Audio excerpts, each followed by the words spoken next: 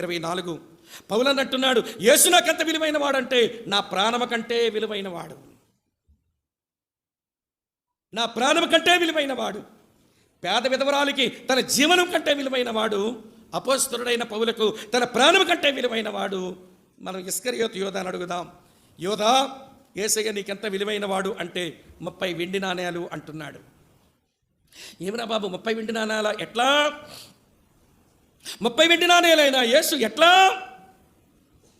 ఆ యాజకులు అన్నా కైప, అలాగనే శాస్త్రులు పరిసయ్యులు ఆ ప్రధాన యాజకుని కుటుంబం చేసుకునేటువంటి వ్యాపారంలో ఈయన సేవకొచ్చి 3.5 సంవత్సరాలకు నిద్రపట్టినవల.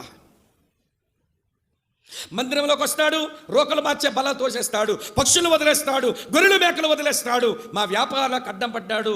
ఈయన బతికి సేవ చేసిన ఈ 3.5 సంవత్సరాల్లో మాకు నిద్ర పట్టనివ్వలేదు, మమ్మల్ని సరిగా బతకనివ్వలేదు గనక ఈ 3.5 సంవత్సరాలకు అతనికి మేమేం విలువివ్వం కానీ మా జోలికి రాకుండా ఉన్నాడే 30 సంవత్సరాలు.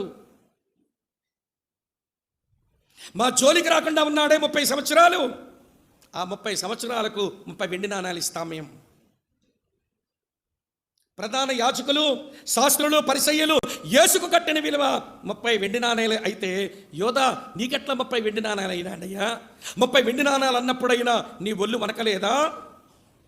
30 వెండి నాణాలు ఎవరి విలువ చూపిస్తాను చూడండి ప్రియులారా. నిర్గమాకాండానికి రండి, ముగించేస్తాను, అయిపోయింది. నిర్గమాకాండానికి రండి, నేను చదువుతున్నాను 21వ అధ్యాయం. నిర్గమాకాండం 21వ అధ్యాయం నేను చదువుతున్నాను ప్రియులారా. చూడండి ఈ మంచి మాట ఇలా వ్రాసి ఉంది. 28వ వచనం ఇలా రాసి ఉంది ప్రియులారా, ఎద్దు పురుషునైనను స్త్రీలను చావపొడిచిన ఎడల నిశ్చయముగా రాళ్లతో ఆ ఎద్దును చావగొట్టవలెను, దాని మాంసం తినకూడదు అన్నాడు. అది మనసులో ఉంచండి. కొంచెం కిందికి రండి. 32వ వచనం, ఆ ఎద్దు దాసునునైనను పొడిచిన ఎడల వాని యజమానికి 30 తులముల వెండి చెల్లింపవలెను, మరి ఆ ఎద్దును రాళ్లతో చావగొట్టవలెను.